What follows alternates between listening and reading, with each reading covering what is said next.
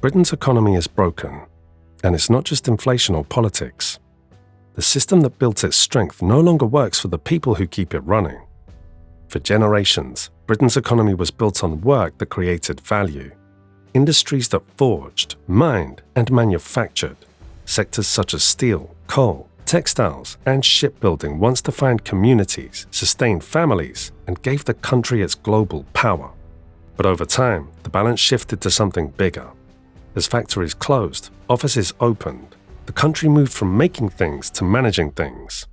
The North, once the heartbeat of production, saw silence spread through its warehouses and yards. The South, especially London, became the financial capital of Europe, attracting talent and wealth. The result wasn't growth for all, but division. The same shift that made the city richer left towns across the country without purpose or pride. And that imbalance still defines Britain today. And while the North struggled to rebuild, the South's skyline kept rising, leaving the question, who really benefits when an entire region is left behind?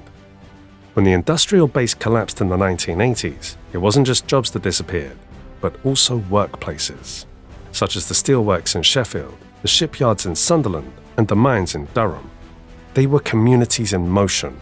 As globalization moved production overseas, the government promised renewal, technology parks, service jobs, financial investment.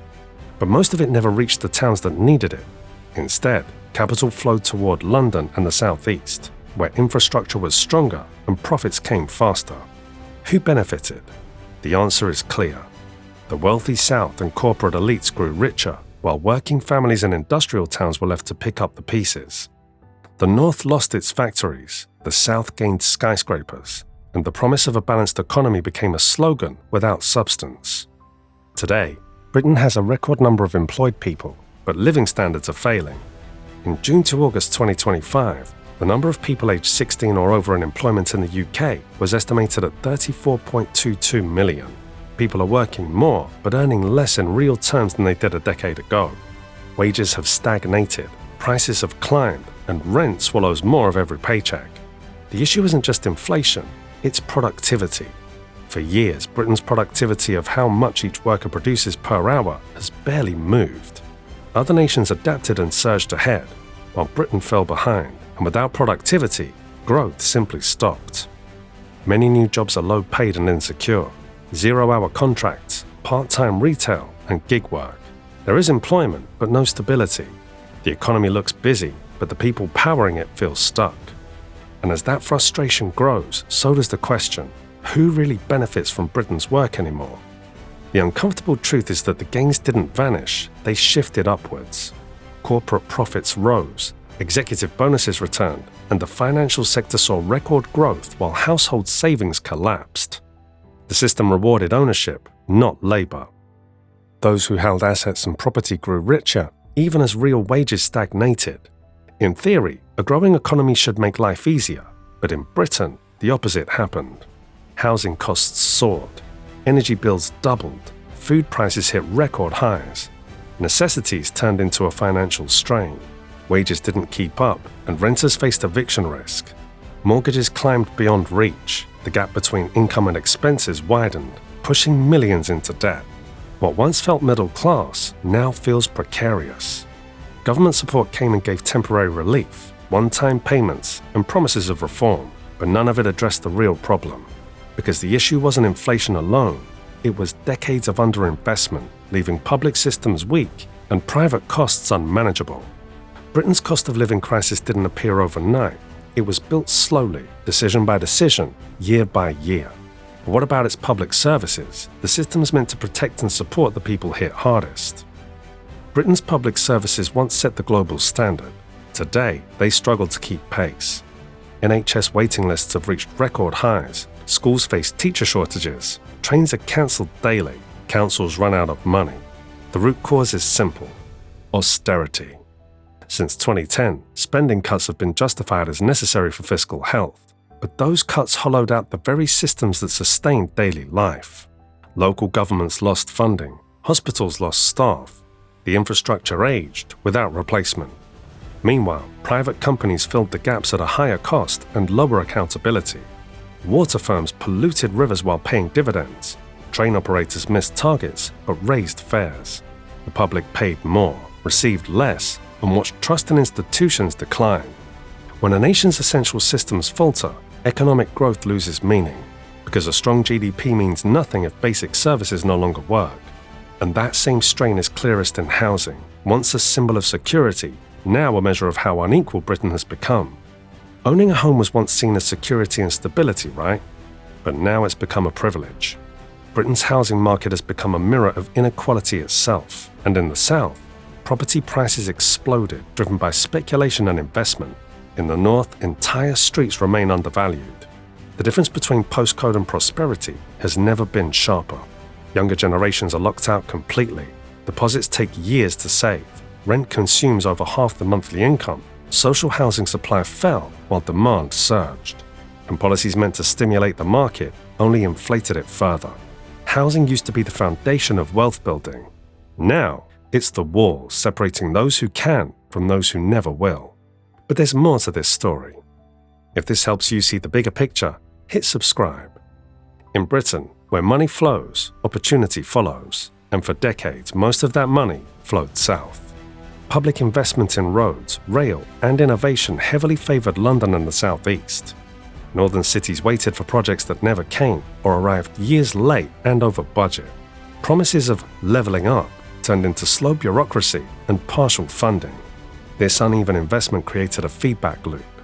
Areas with poor infrastructure attracted fewer businesses. Fewer businesses meant fewer jobs. Fewer jobs meant less tax revenue and less justification for investment. Meanwhile, London continued to attract both domestic and foreign capital. This created a concentration of opportunity so dense that the rest of the country began to orbit around it. Britain no longer has a national economy. It has a London economy, with satellites attached. But as trade faltered and investment stalled, households felt the impact in rising prices and stagnant wages. And it's shocking. Brexit was sold as a path to sovereignty and renewal, but for many businesses, it became a logistical nightmare.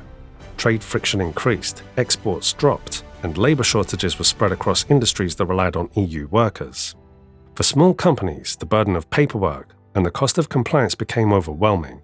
Larger firms moved operations elsewhere. Foreign investors saw uncertainty and looked away. Supporters argued it was a long-term shift, a short-term pain for future independence. But the recovery never came.